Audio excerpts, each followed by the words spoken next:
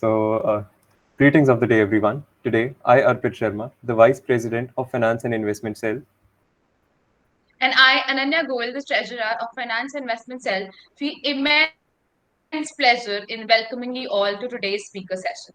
The Finance Investment Cell was started in the year 2016 with a vision to impart financial knowledge and provide each of its members with a platform to escalate their skill sets and abilities, ideate and organize awe-inspiring events, garnish their marketing knacks, and hence evolve as a leader.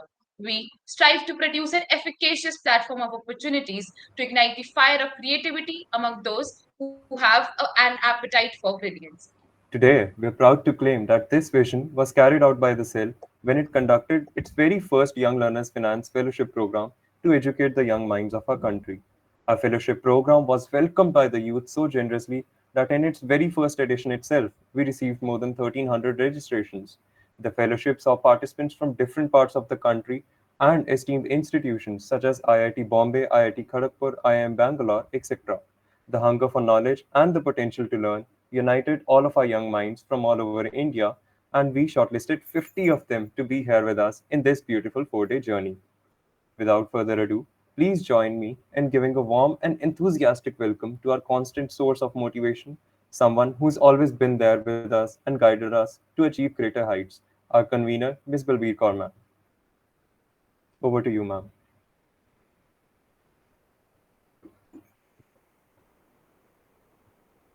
Ma'am, you're on mute.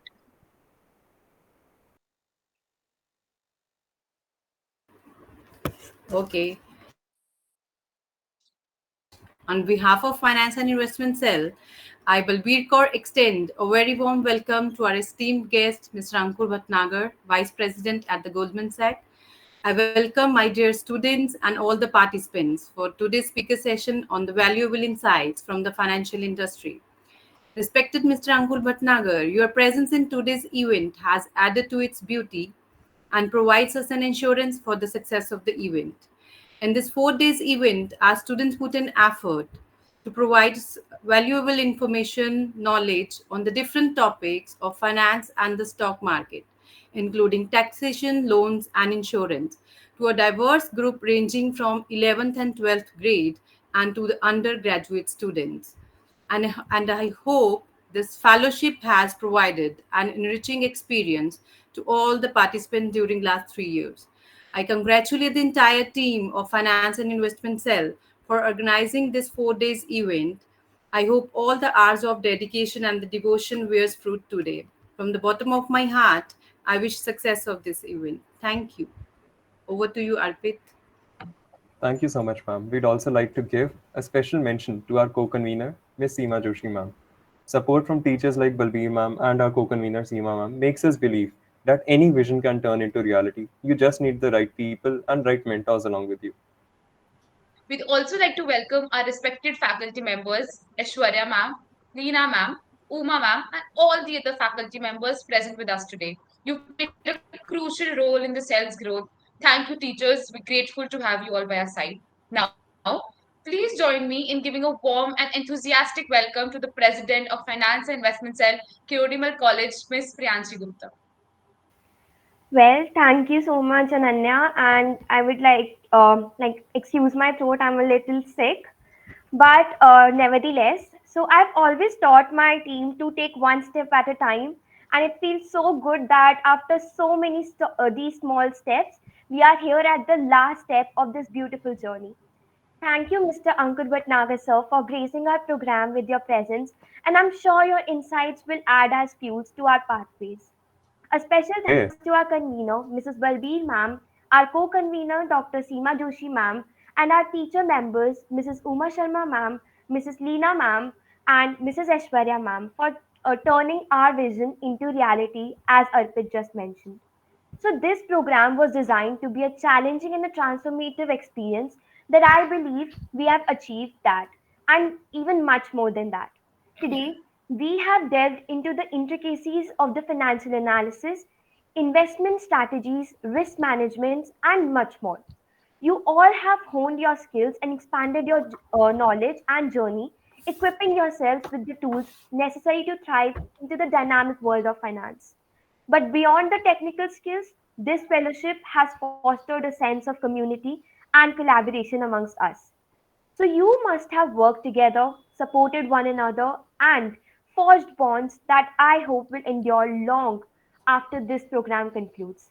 Remember that networking is not just about making connections, it's about building relationships that can be a source of strength and support throughout your careers. I wish you all a very good luck for the future. Can't wait to see you all accomplish the best in your future. Thank you so much. Over to you, Ananya and Arpit. Yeah. Thank you so much, Priyanshi.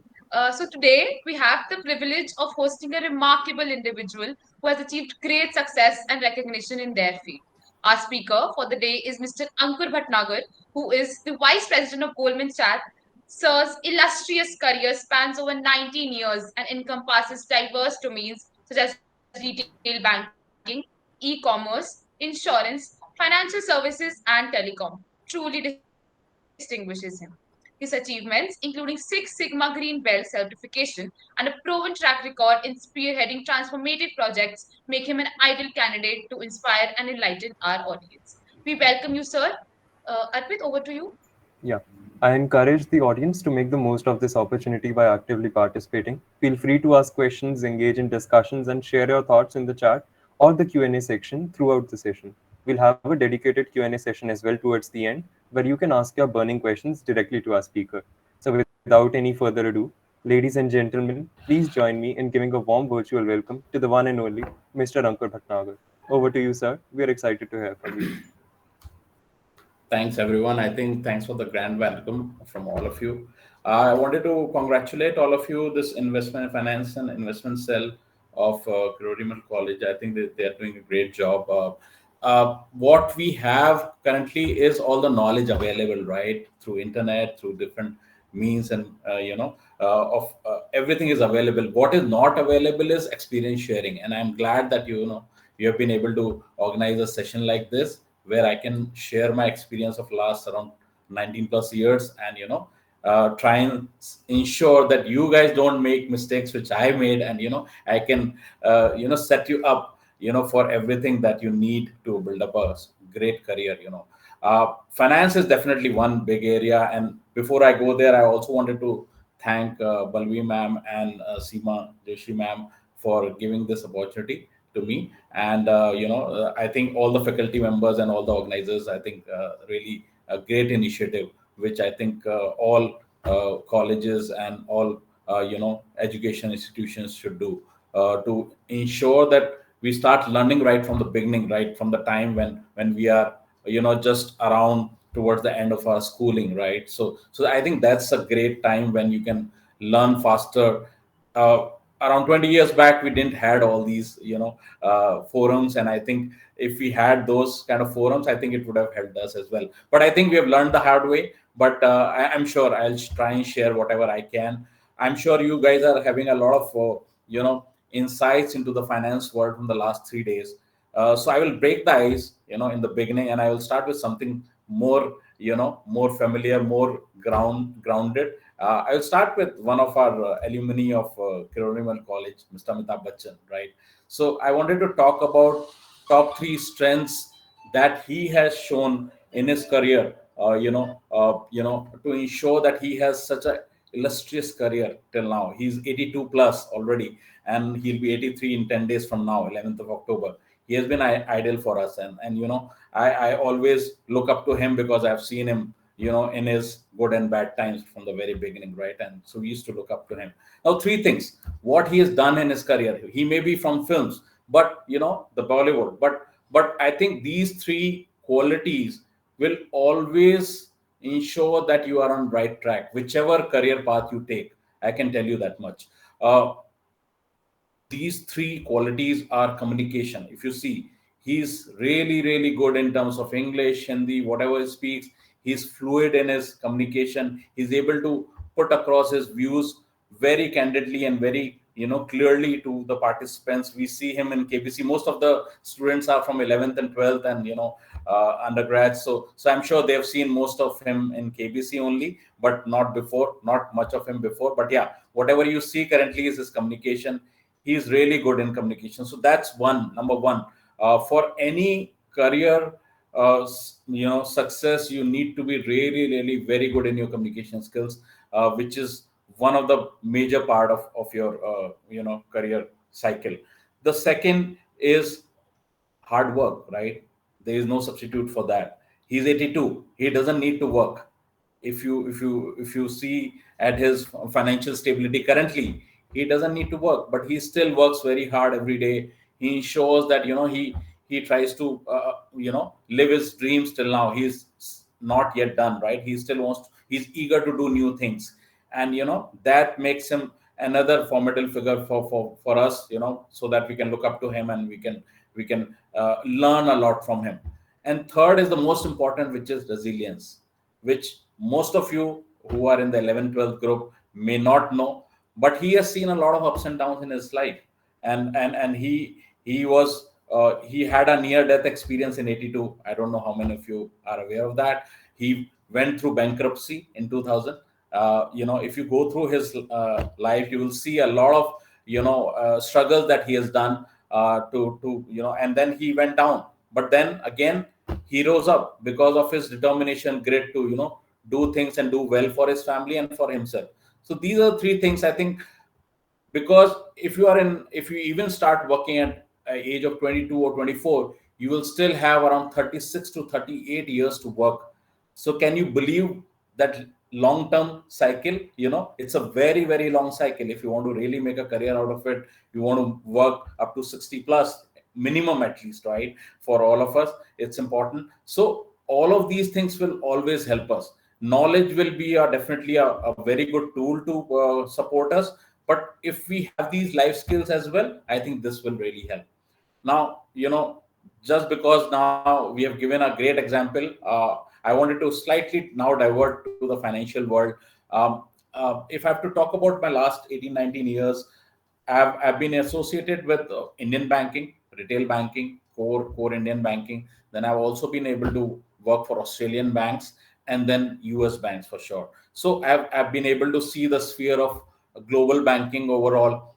It's very easy for me to see how things are moving in terms of how we are in terms of our current economy and the current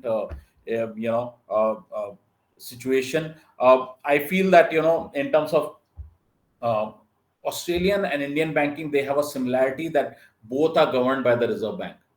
While US banking is governed by a federal bank, the difference is that US is divided into 51 plus states, right? As you know, and every state has their own strong financial regulations as well, which is very different from each other, right? But that is not the case in India. In India, Himachal or Kerala or Maharashtra, everyone will follow what Reserve Bank of India would say. Same goes for Australia. They do not have different set of rules or regulations when it comes to the financial world.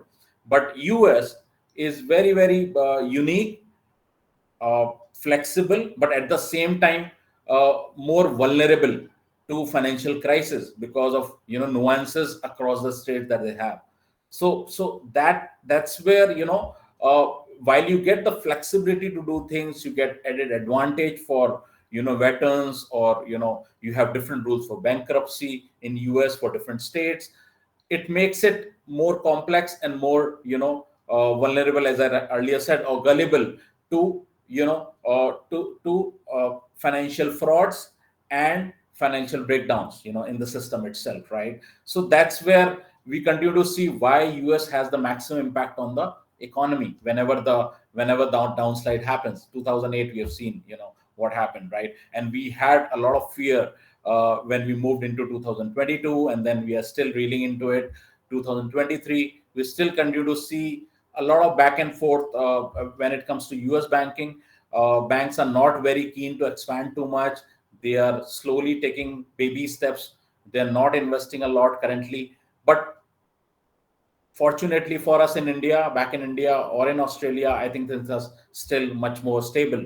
Now, there are three concepts where normally banking would work. While you will know the different divisions of banking, I will try and cover that as well. I will also talk about how exactly has India emerged as a center for these North American banking or Australian banking. Now, a lot of you may not know that India is one of the leaders in providing services, right? Now, be it customer service, be it back office, be it middle office, when it comes to the banking, insurance, and even other financial institutions. So, how it is? So, why is India a hub for that? Education is one reason. We have highly qualified people. We have we have eagerness to succeed. We have a great talent in terms of in terms of young age, and they're raring to go. That's one. Second is the cost, right? We have a big difference in the cost, dollar rupee amount, and that makes it a more lucrative for all these banks to come and operate in India. Well, most of these banks don't have branches in India. Goldman Sachs does not have any branch in India, as you know, right? JP Morgan doesn't have any branch banking in India. But what do they do in India? Now, in India, there are three major cities which are coming up and becoming financial districts: Bangalore, Hyderabad, Pune. To a large extent, Gurgaon and Chennai are also coming up slowly and gradually. Gurgaon has been there, done everything, but I think Gurgaon is more into other areas, right? Banking specifically, if you see, we have almost every bank captive available in Bangalore, Hyderabad, and Pune. They are becoming the financial districts for for all multinational banks. They want to come and have a shop there. So what do they do here? You may be thinking, like, while we talk about different areas of banking, different divisions, there are two major things that they do in India, and I can divide it directly into two areas. One is customer service, okay, and the other is all other support services. Now, when I say support services, well, customer service, we know, customer service is nothing but addressing to customer queries, not only on calls, which is a old backdated mechanism of doing it. The latest is the chat messaging, and emails, which continues to be an evergreen channel. The second is the support. Now, when I talk about support, what do we mean by support services, which cuts across the different divisions of back office and middle office? Support in terms of risk management, as you rightly said earlier. Support in terms of quality that we provide. Support in terms of analysis, the financial analysis team that we have. And then we also have teams like workforce management, and then we have project management teams which will do different kind of projects, to ensure that the bank's efficiency is maintained at all times, right? Because what is why do the banks want to work here? As I gave you a lot of different reasons earlier, there are a couple of more reasons. One of them is efficiency. Now, while US doesn't have a lot of young population as compared to India, they are not ready to innovate a lot. They are not ready to take risk. Whatever processes they have specified for banking, they would want to stick to that. But in India, what we want to give as a USP to all these banks and financial institutions is ready to ask a lot of questions. Question the status quo. If A, B, C, why can't it be C, B, A, or why can't B be eliminated itself, right? If there are three steps in a process. So that is the kind of mindset which we go back to the banks and add value to what they bring in to us, right? We not only do their work, but try to make it more efficient. If there is a lot of back and forth, if I have to just do a small job and there are 5 steps, I need to ensure that those 5 steps are critical enough. It can be a repetition also, and that leads to a lot of waste that we call in quality, right? Lean, I don't know if you heard about that. That involves a lot of waste. So we try and ensure that we give that value add, to these banks, and that's where our unique selling proposition gets into picture, right? So now there are 3 concepts which these banks work on. One of them is there are 3. So what they have to always ensure is, while cost is a primary factor, they also have to ensure that they take care of the business continuity plan, which means that if anything goes wrong in any particular area of US, maybe a natural calamity or a, or any any threaten that they take, or a war like situation, how do they ensure that they continuously do their services? So they go offshore and they go near shore. When I say near shore, it's like places next to Australia, which is like Costa Rica. So they will deploy offices in places like Costa Rica, so that if anything goes wrong in the New York, for example, like we had the 9/11, they can start operating from, say, Costa Rica. Within US also, they will have at least 5 to 6 areas from which they want to develop different talents and have specific center of excellence available, so that they, and with backups in different areas, so that their work continues. There is no stoppage to what they are doing day to day. And then there is offshore. When I say offshore, we mean India, we mean Philippines, we mean these two have actually come up as big centers for where a lot of talent and all those facilities are available, and they're cost effective. So these are the three areas where they always want to venture out to. But currently, the situation, if you ask me, as of 2023, they have been slow, in moving as far as US is concerned, because they want to ensure that they take the right step. They don't want to invest too much. They want to just strengthen their teams which are there in India. Just to share with you, companies like JP Morgan, for example, have around 15 to 20,000 employees in India. Okay, in Bombay and Bangalore. Goldman Sachs has around 10,000 plus employees in India, which is like a big number. So, so India is emerging as a financial center for these banks and financial institute. That includes the insurance companies as well, like Chubb, for example, one of the major insurance companies in North America. They have tied up. There are two ways to do it. Either you tie up with an Indian company like Genpact, Infosys, Wipro, EXL, and give your work, contract your work to them, or you create your own captive here.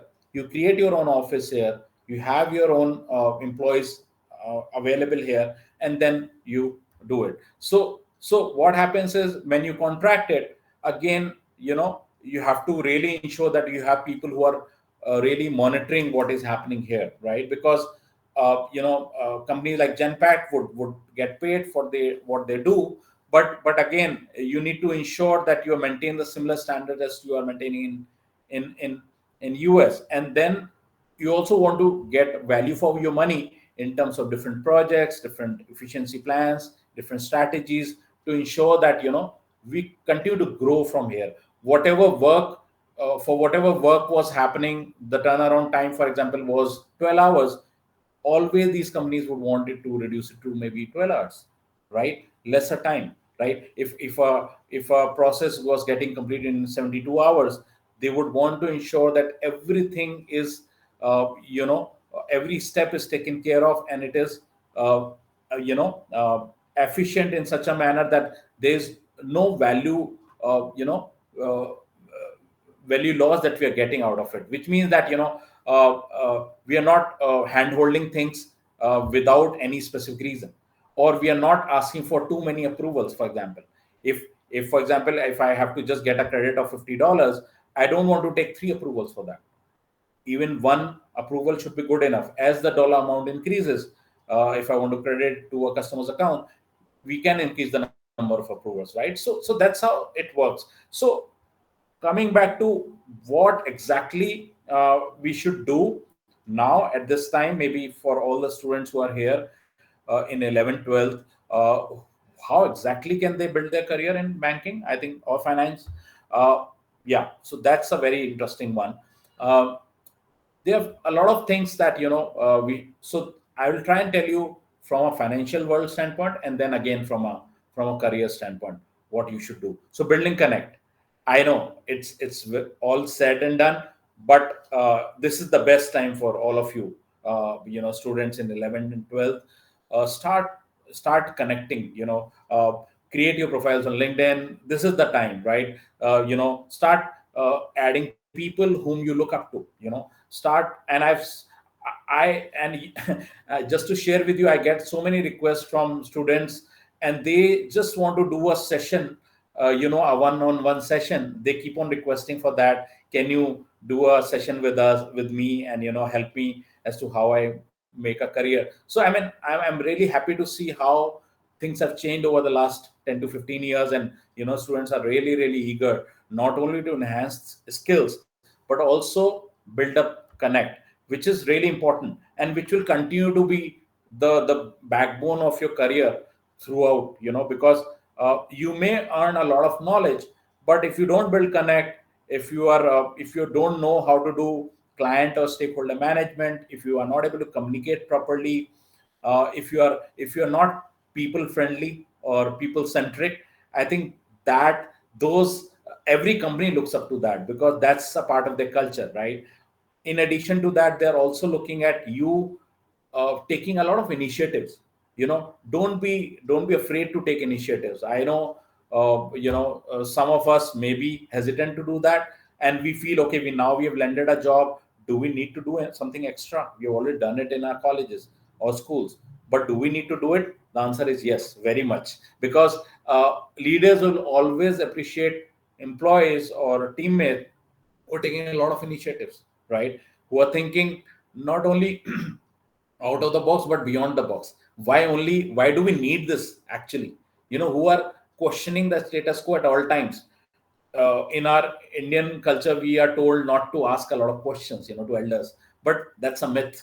When it comes to work, right? You have to keep on asking a lot of questions to yourself and to your leaders as to why do we need this? Like, do we really need this part of the process, or can we change it, or can we remove it completely? So that's the kind of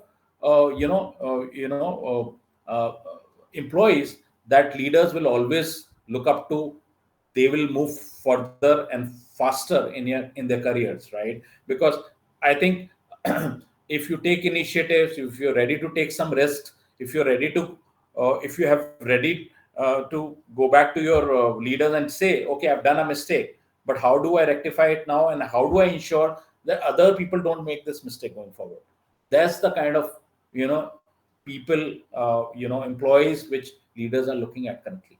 They don't want employers to just hide, because someday or the other they will get to know that a mistake has happened, because it's a cycle. You will get caught. So be upfront, communicate, accept your mistakes. I think those are the critical aspects of making your career. Now, if I have to talk about the skill sets which you need to have now, you are already gunning for, I'm sure most of you have become graduates. I think this entire group is into BCom, and they are doing all that required studies. But I would suggest that while BCom is the desirable qualification for desirable starting qualification for all multinational banks and financial institutions across the world, you can do a lot more in addition to that. Now, things like project management. Now, project management, there are a lot of courses like PMP. You can do a 1-year course or a 6 months course. There are certificate courses, there are diploma courses, there are one-year diploma courses that you can do. If you can add that, that's a universal qualification, right? I'm sure you might have heard of it. Also, you can do green belt or yellow belt. Start with yellow belt, go to green belt, and then you can do black belt as well. So I did green belt. I was fortunate to do green belt for my organization in the initial years of my career. But but some of these organizations don't offer that kind of program. So try and do it from companies like KPMG. They're offering a green belt. And there are a lot of other companies which offer a green belt, which is really, really even the big fours. If you want to get into consulting without PMP and without quality, I think it will be really difficult. If you want to get into Deloitte, right? With financial, if you are really looking at only CFA or financial modeling and analytics and all of that, yes, Deloitte and other companies will look at. But the other stream is project management, consulting, right? If you want to get there, you should definitely have these on your CV. Because if you've done a green belt in the initial years, if you've done study on Lean Six Sigma, I think that's always helpful, because then you have a different view. Because when I did my green belt, I used to think, okay, what will it help me? I'm already doing a lot of things in delivery. I have so much of experience. Will it really help me? But when I did it, I got a new aspect of I got to see a new view to how you can look at a process, right, from a quality standpoint. See, what happens is, when we do, it's like a cashier, dealing with a lot of rupees, currency. It's like day to day for him. But someone outside of that thought of UPI and thought, okay, why not we eliminate the use of currency, or at least reduce it? And what are we doing now? For even for 5 rupees, 2 rupees, we are doing, Paytm, and we are using a lot of different mediums, right? And India has become a leader again, and which world is following, right? And a lot of different countries across US and Europe want to put that system across, that, how you can buy even the smallest of things through UPI, right? You don't have to use currency notes. So someone thought beyond the box, as I said earlier, and then only they introduce something like that, right? So that's where it makes a lot of difference. So PMP, definitely I would try and repeat that. Green belt, we should definitely do you should definitely do courses like, if you're really keen and you are good in accounts, you should go for the CFP, and risk management. I think FRM courses are there, which are really financial risk management courses. Fraud is going to be the next big thing, if you ask me. And today I'm telling you, within 5 years, you see so many frauds happening in India itself, right? Fraud would be the next thing for banking. If you really want to make career in banking, there's so much of requirement in the fraud detection and investigation teams, that they are like, really looking at a lot of students who have that added qualification. And that's a career in itself, right? Because if you've done your graduation, you may or may not go for your MBA, but if you do something related to financial risk management, I think that will set you up for your career initially, right? And then you can continue to grow it with other learning skills. So I think FRM is another area which you should look at. You can do certificate courses in that as well. They are smaller, 3 months to 6 months courses also available. Even, Coursera, Harvard, there are a lot of courses available in India now, which is a great thing. So I think the knowledge is more important. It's not the stamp that you get, right, from a Harvard because it's a offline course otherwise also, right? The knowledge, the eye for detail for that. So they are looking at candidates who have eye for detail, who know that behind that beautiful currency note, there are 10 different detections that you do if it's a fake or a real currency note, right? So that's just an example. Same goes for fraud, like, because within our banking systems, there's so many ways fraud can happen.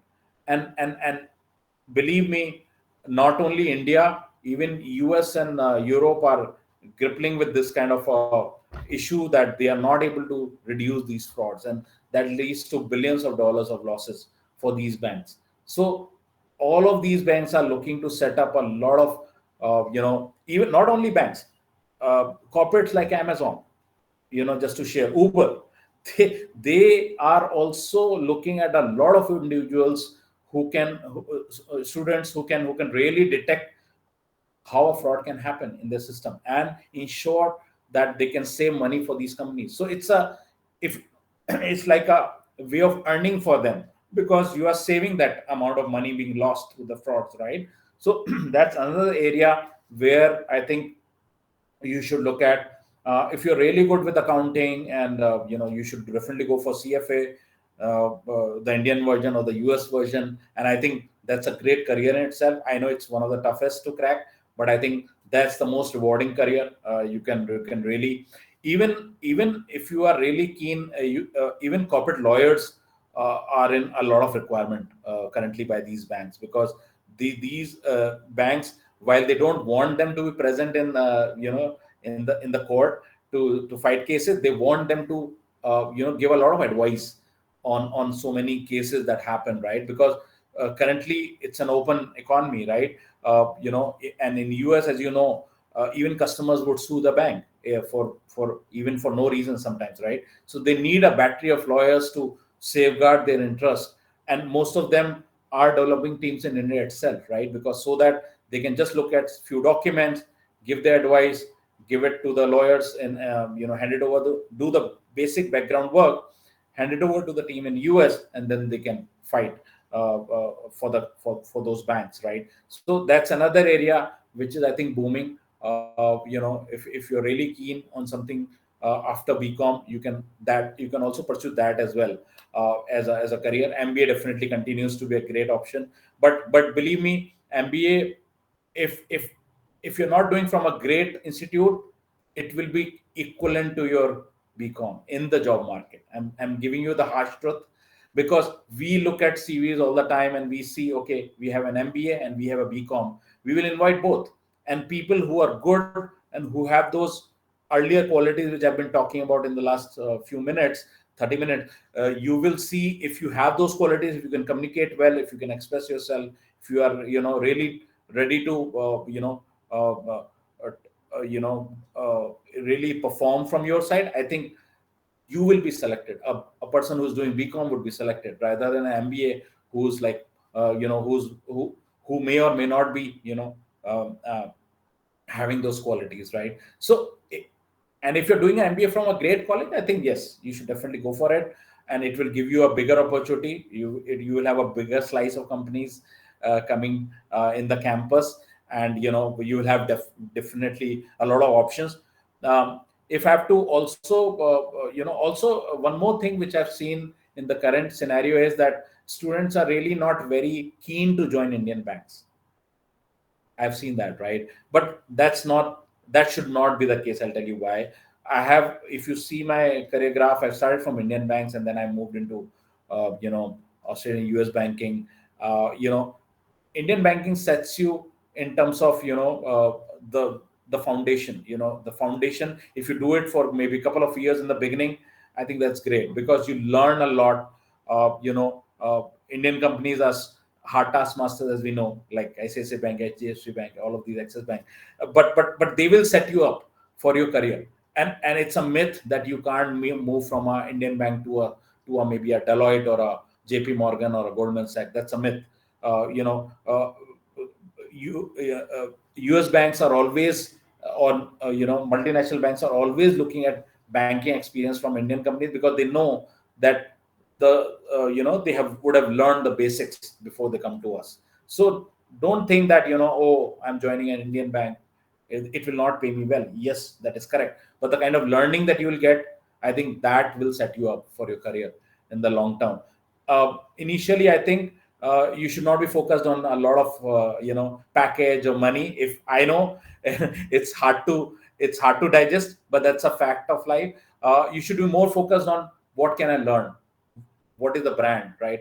Can I learn? Because and then you can, and between this group we can leave jobs within a couple of years and then keep on moving further up, right? And that's how you build up your career, right? Because otherwise you get stuck to one company, that also becomes a challenge, right? So I would definitely recommend to continue learning and continue moving further.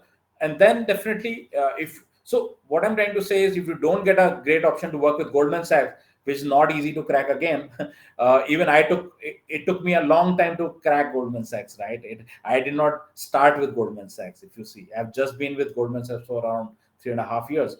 Prior to that, I have worked with different banks and BPOs and whatnot. But the good part is that I've worked through banking and insurance, right? The financial world. So I know the nitty-gritties of how offshoring works, how onshore works, what is client management, how to ensure stakeholder management, seen different aspects of being into a captive or being into a contract with a client. It's a different world altogether, right? So you will realize only when you get there. So also, whatever you study currently, when you start working, Interestingly, only 20% of that will help you. Only 20%, maybe lesser sometimes. So until unless you are a doctor or a engineer or a a very very specific area architect, for all the other areas like financial world, only 20 to 30% of your knowledge will come into picture. I'm telling you this today, right? Rest all would be the other qualities that we discussed, which will help you boost your career in the long term. So I think that's where we stand currently. Maybe when you a golden mantra for all of you when you start working, whenever you start working, would be to just continue to learn. Don't think that I've learned, okay, I've done a good amount of study, now it's my time to just enjoy and work. That's correct, but continue to slowly and gradually earn certifications wherever your interest is, and then continue to take initiative, as I said, continue to ask questions, uh, continue to focus on how I can make this more productive, how I can make things more efficient, how I can remove the waste or the unnecessary steps which are required. So all this will help you and build connect, right? While it is very easily said, continue to work on your CV, continue to work on your CV for the next 10 years. I'm telling you, because that's the mirror for your professional journey. A recruiter will not look at anything else but your CV initially, and there are hundreds of them in the market, right? So make it the best shot. That's what I can suggest, right? And and keep on working on it, right? Keep on working on your connect. LinkedIn is one source of it. Also, these forums are another source for it. All these things would be really helpful.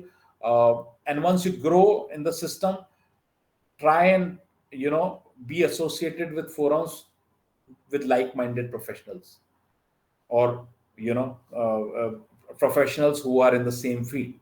I think that will also really help you. So I think that's what I wanted to talk. I've taken some good time.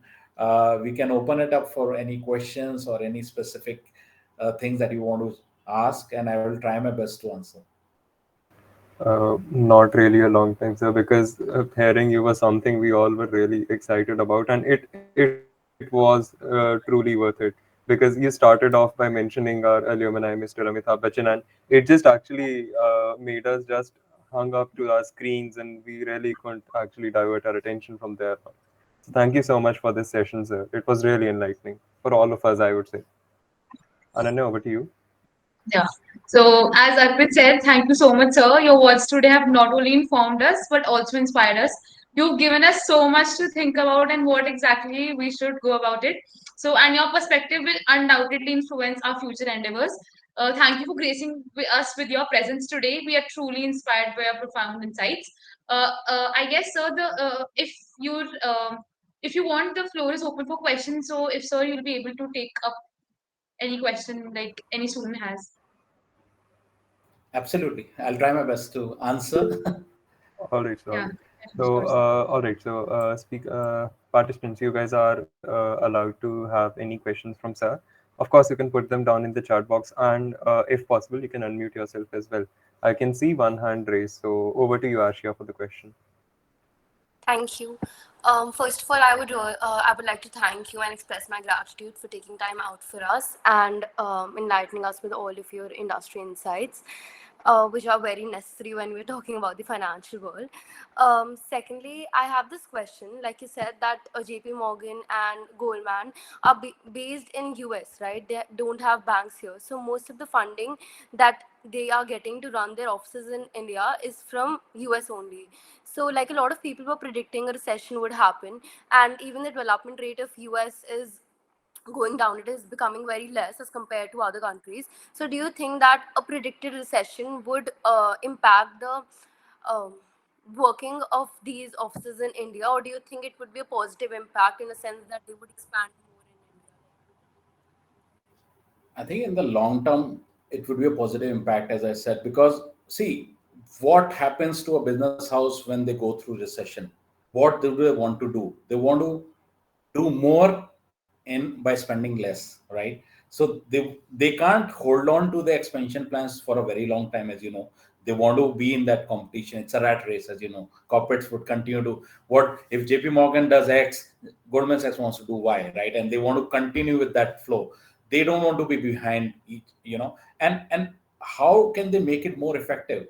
By investing more in India. So if you go through the current news, just to share with you, JP Morgan, Goldman Sachs, a lot of other financial institutions have opened their new offices in Hyderabad and Pune. Barclays have opened a new office in Pune. So they continue to invest more because they know that whenever that time comes, they can switch on a lot of work from US to India. They can't stop the work. They see, for example, if I am a bank and I have 100,000 customers, the number of customers will not reduce in one day, right? Even if recession comes, right? And customers would want more value for their money. They would want more features added. They would want the product to be better, right? Which and services, in terms of services, they will say, okay, JP Morgan is always already providing me this service. Why can't you provide this, right? So they will always be a competitive scenario, and we will come to their rescue. And India would definitely come to their rescue. Just to share with you, Goldman Sachs second biggest office is in Bangalore after New York. Okay, so that's the kind of influence that we have been able to create in the last 20-25 years, that companies trust us with a lot of, we don't earn for them directly, as you rightly said, but we cover them up from all different angles, right? We give them the best of service, we have the best talent available, we are ready to do projects for them, which can save them millions of dollars, things like that. So I don't see a challenge whenever, even if a recession comes. I think India will continue to grow in terms of banking. So that's, I think, what will happen, and they will actually continue to invest more, and they would really rethink about moving a lot more things to India, which they're still reluctant to do currently because of different reasons. Thank you. I guess, Asha, your question was answered. We'll move on to the next question. Siddharth, you're up. Thank you. So I want to ask that I want to become an investment banker. So to become that, I thought that I should learn both fundamentals and technicals of market, which would be a deadly combination. Now, what I thought as a strategy would be that after 12th, I should pursue CA, then CFA, so that I should be excellent in learning of fundamentals. But as it comes of technicals, I tried to learn a lot of trading. I mean that whether it was sideways, support resistant, different types of correlations. But the problem was that I always had many doubts, whether I tried it from learning from YouTube or books, but I wasn't able to get it in grip. So I just wanted to ask that from where to learn exact this trading, this technicals of market. See, that's a very common situation. Now we want to learn a lot of things, and we have so many resources available that it gets confusing, right? Even if if you ask like 5 of your friends what are they gaining knowledge from, that itself will become confusing because they will tell you 5 different channels, right? So they, and the bad news is that there is no encyclopedia available which can say, okay, I can give it to you and you will learn marketing, right? Or trading, right? Or any other field, right? So there is no specific area which I can pinpoint. I think what you should do, I think you're while you're very ambitious, I think you're trying to learn a lot at the same time. Slightly, what is the right word? I think narrow down your goals slightly, because if you want to do CA and then you want to do CFA also, and then you want to become an investment banker, I think, which is great, but then how exactly is trading? Trading is a different field altogether. If I have to look at it, investment banking is more about how do you keep money of high net worth individual, how do they invest and how do you get more returns out of it. Trading is just one part of it, right? There's so many other avenues to earn money, money for their high. It can be deals and mergers. It can be, investments into bonds, government bonds, companies, and there are a lot of other areas as well. So you first of all decide where do you, if you think trading is one area which really excites you, I think you should do concentrate more of trading. But I think CA and CFA itself is a lot of stuff, and it will require a lot of your effort and time to and you will learn a lot of it while you do that, right? Because while you will learn a lot of trading, and then think and things keep on changing. By the time you do your CA and CFA and then you get into investment banking, trading mechanisms would have changed across the world, right? In 5 years, 4 to 5 years, right? So that's another thought process that you should. So get the basics, but like I would suggest, then your primary goal should be CA, because CA is something which can not only place you in corporates, but at any given time you can venture into any of the markets within India or outside, and you can really make a good career out of it. So go down step by step. I think trading will come once you've done CA. Maybe you can specialize into trading, but I think the base has to be to start with something which is more grounded and more unique. But and I think CA itself is a very reputed career option, and you can really you can open your own CA firm. You don't have to work for any corporate then, right? So because there's a lot of demand for CAs, right? India is growing, right? So we will need a lot of CAs in the near future as well.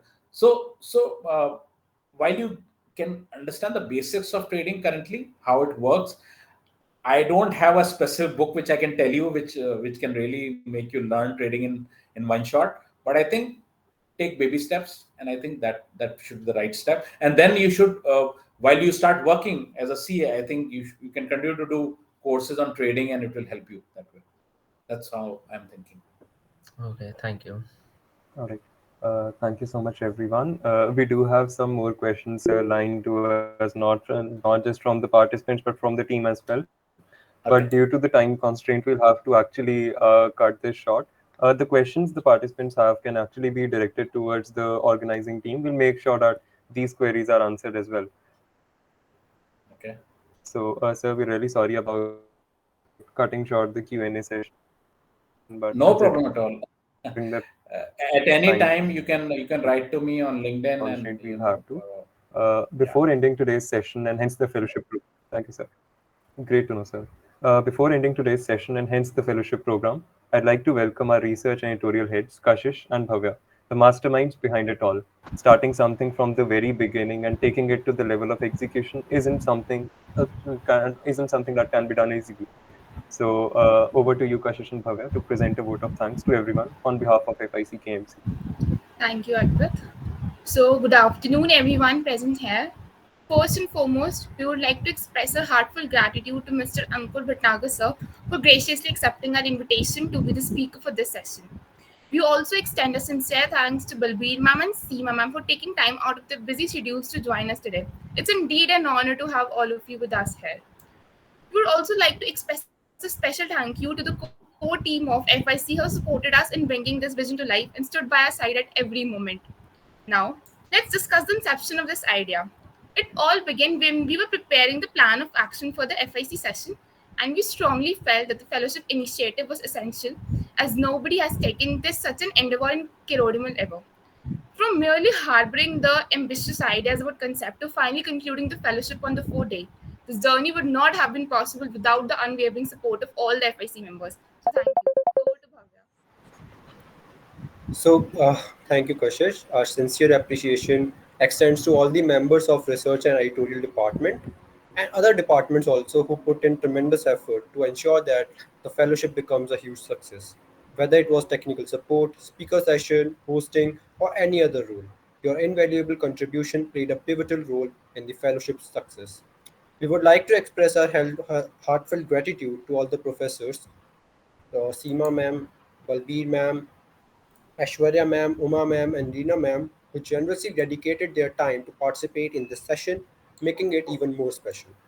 Once again, our special thanks goes to Mr. Ankur Bhatnagar sir for sparing his valuable time to provide insightful discussions to our participants and cell members.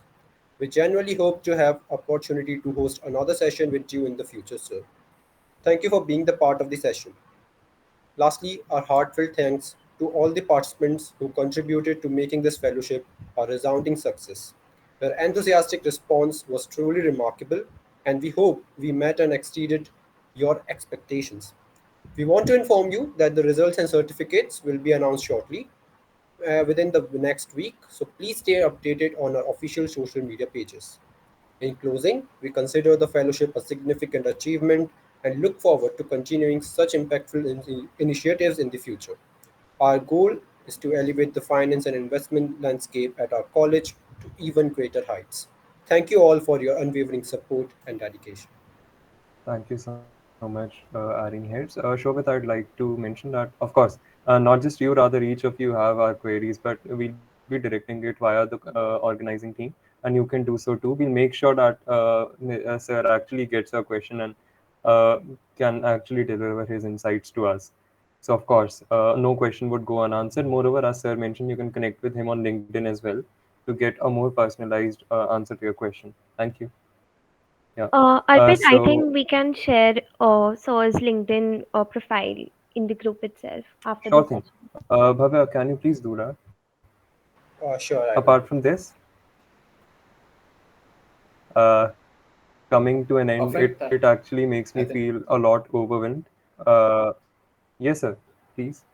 no. I just wanted to thank everyone. I think you have been great. You have all the patience to hear me, and yeah, I think best of luck for your careers, and yeah, looking forward to have great careers. Thank you Thank so you much, so sir. much, Actually, each of our Ankur. firms. Arpit. Just give Yes, me ma'am, one please. minute. Yeah. Thank you so much, Ankur sir. And I would like to congratulate the entire team for the success of the event. Please. I'm thankful to the sir for enriching our students for with his valuable thought. Thank you so much. Would like to see you again in the future. Thank you, everyone. All right. Thank you. With this, I actually declare the Young Learners Finance Fellowship 2023 successful and complete. Congratulations, everyone. Hello. One more thing, Arpit. Can we have a pic? I think sir has left. Oh yes, ma'am. But we'll make sure. Participants, can you please turn on your video so that we can Yeah, we can actually take have a final a pick with group. each of you. Yeah, if Sir has You left. Arpit, can just make a wait for a request second. to I'll sir just have also. a word with You sir. can, He'll join back. Oh, that's great. Yes, ma'am. you We'll can, ask Sir as well Yeah. to join in. you can make a request to sir. Yeah. We can have a Yeah, pic. and till then, please Tell to everybody the in the maximum guest hall. students, yeah, please turn on your Yeah, cameras, everyone, so that we can have a pic. बस हल्का सा ऐसे ही करना है बाल थोड़े से अच्छे लगोगे. Come on, everyone.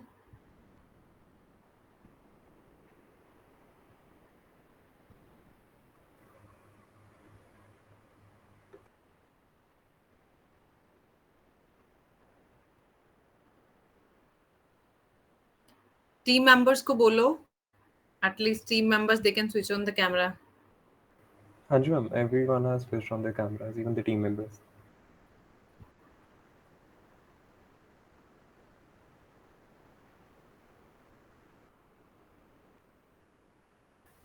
I think also till then Sir is coming, we would like to tell you guys that we have an upcoming event in the later stages of October.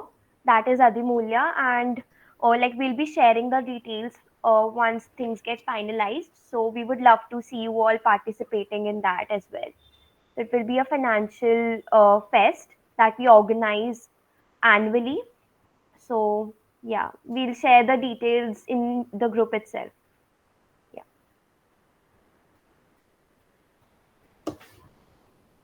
Yes, everyone, even though you are outside, you can switch on your camera. You can mute yourself. You can switch on your camera. Please.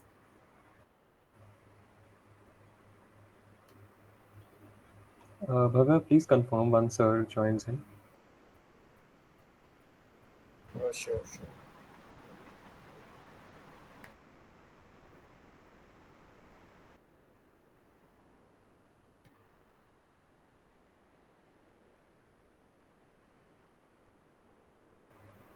If someone can of the organizing team can click screenshots because everyone has turned on their videos, so even them.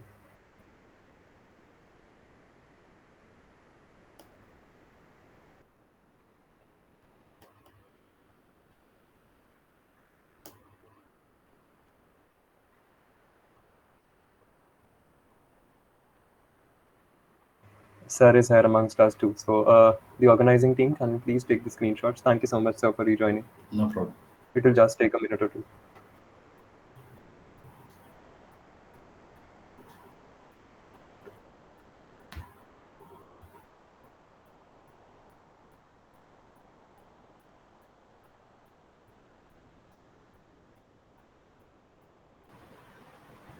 Yeah, done. All right. It's done. Thank you so much, everyone. Thank you so much, sir, for rejoining, and thank you so much, Thank you, Balbir, sir. ma'am. Thank Thank you, you. ma'am. Thank you, everyone. Thanks, Eddie. Thank you, Thank you, everyone. sir. Thank you, ma'am. Thank you, everyone.